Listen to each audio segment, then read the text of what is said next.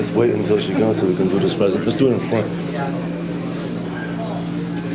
Ladies and gentlemen, Nakisa, Bidarian, and Jake Paul, co-founders of Most Valuable Companies. Before we get into the presser, we have a very special guest from the Guinness Book of World Records. Chloe, do you want to? Thank you. Good evening, everyone. What a historic evening here at Madison Square Garden. I am honored to present MVP with a new Guinness World Record title for most championship belts contested on a single fight card. Congratulations.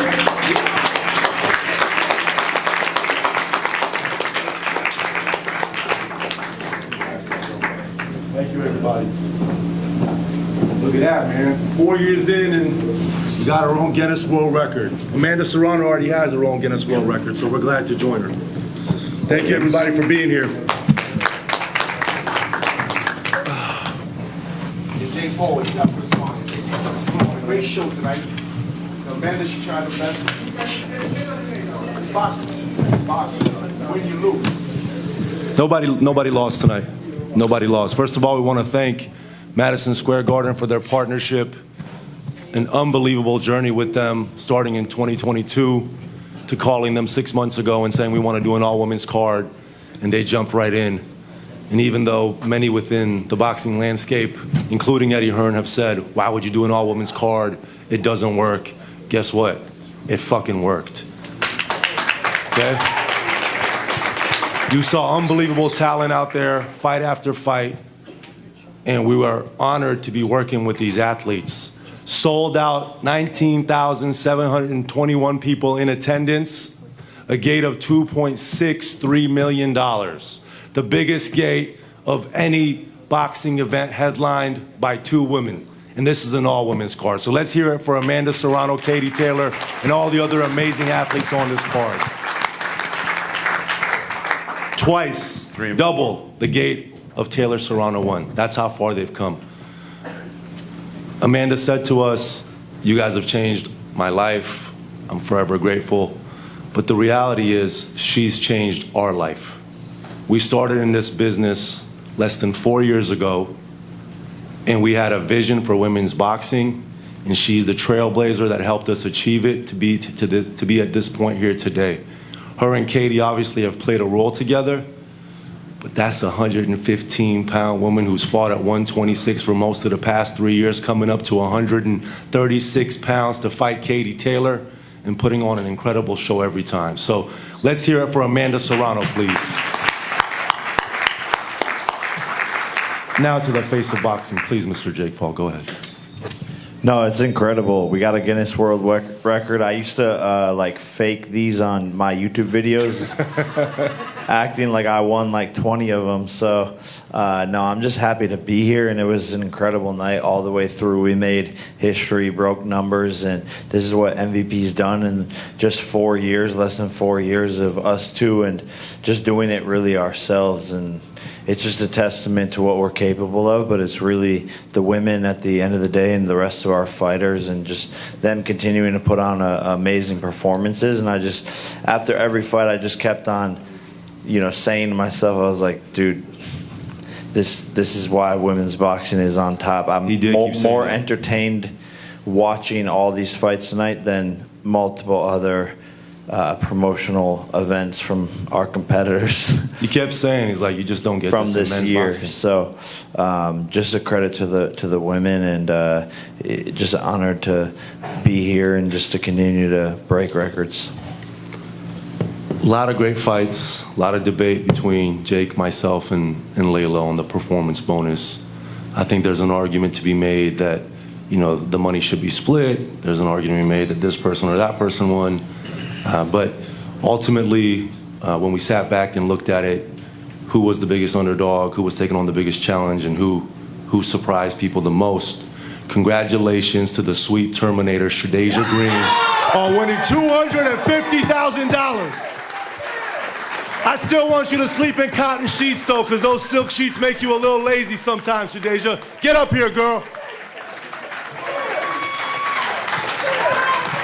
Shadesia Green, ladies and gentlemen.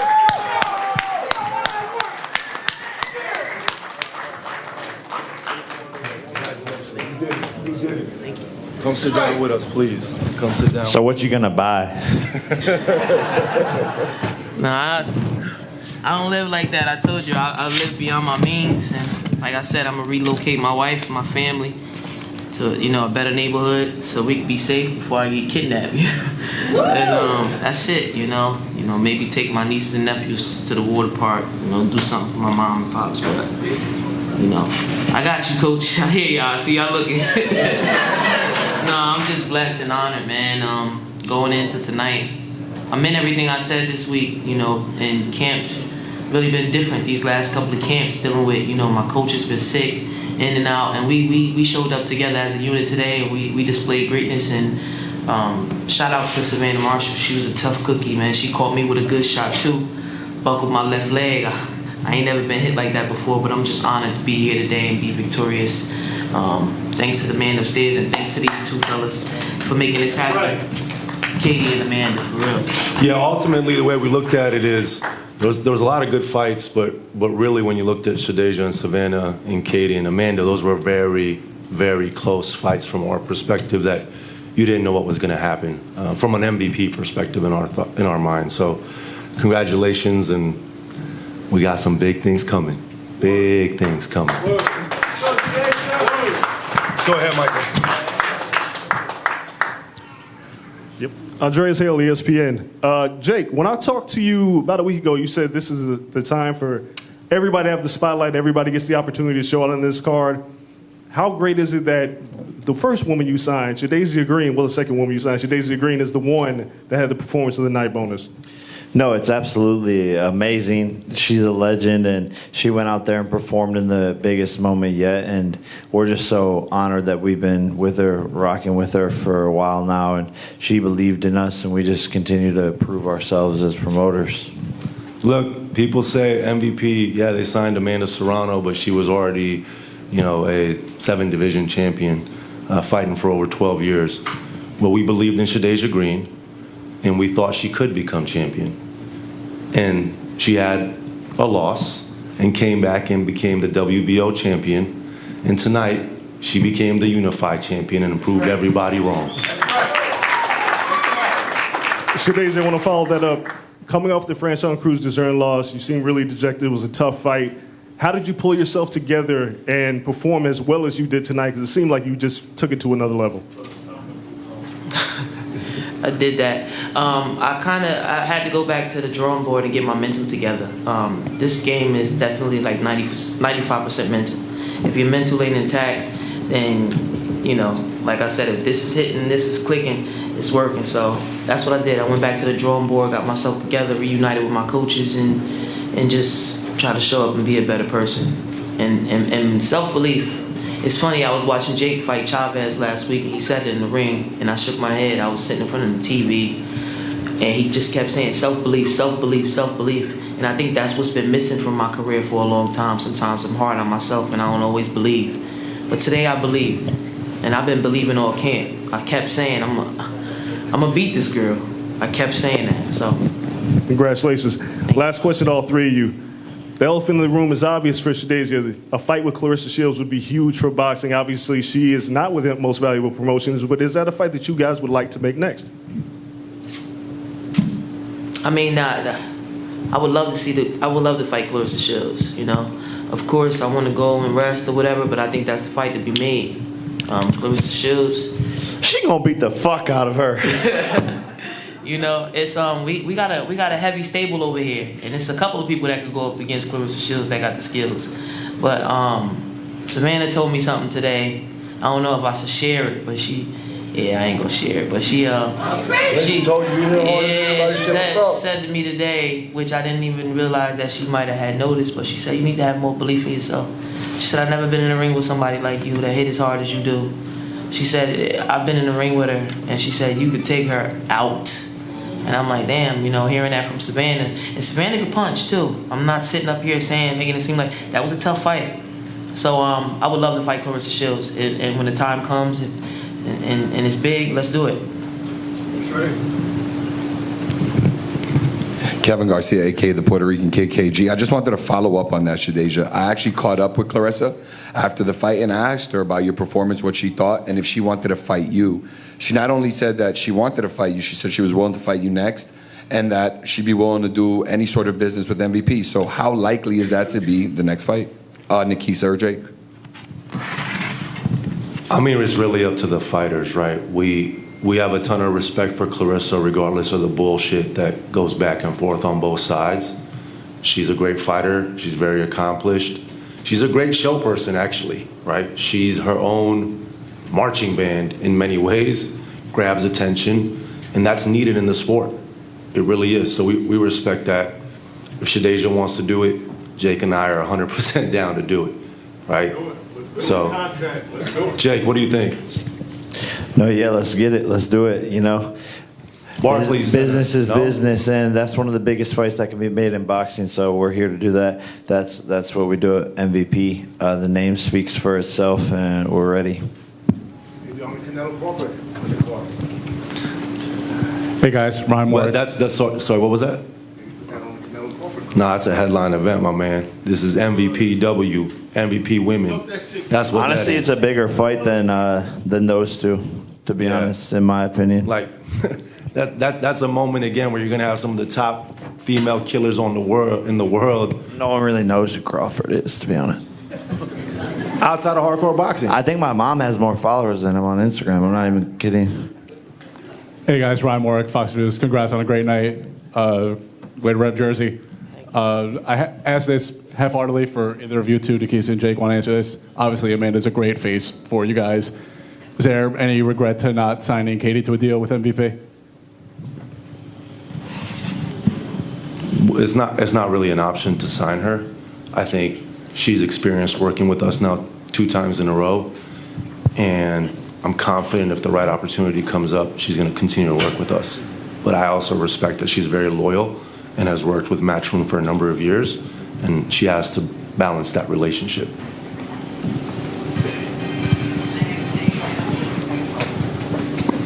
Hey guys, congratulations on a great night.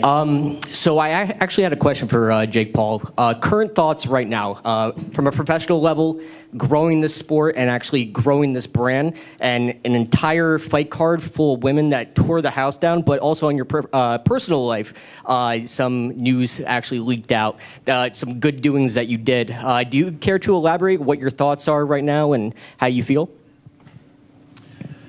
What? So actually, it leaked out about Ben Askren, what was going on. Look, and we just pray for Ben to get better. What Jake has done for many people is unbelievable at his age of 28.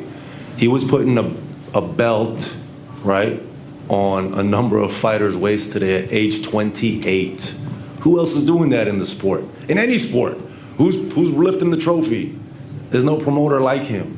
And what he does in terms of charitable contributions, what he does in terms of boxing bullies, what he does for other athletes. There's times when there's news of some athlete being sick or needing help in the UK, and he hits me up and he's like, hey, let's help this person out.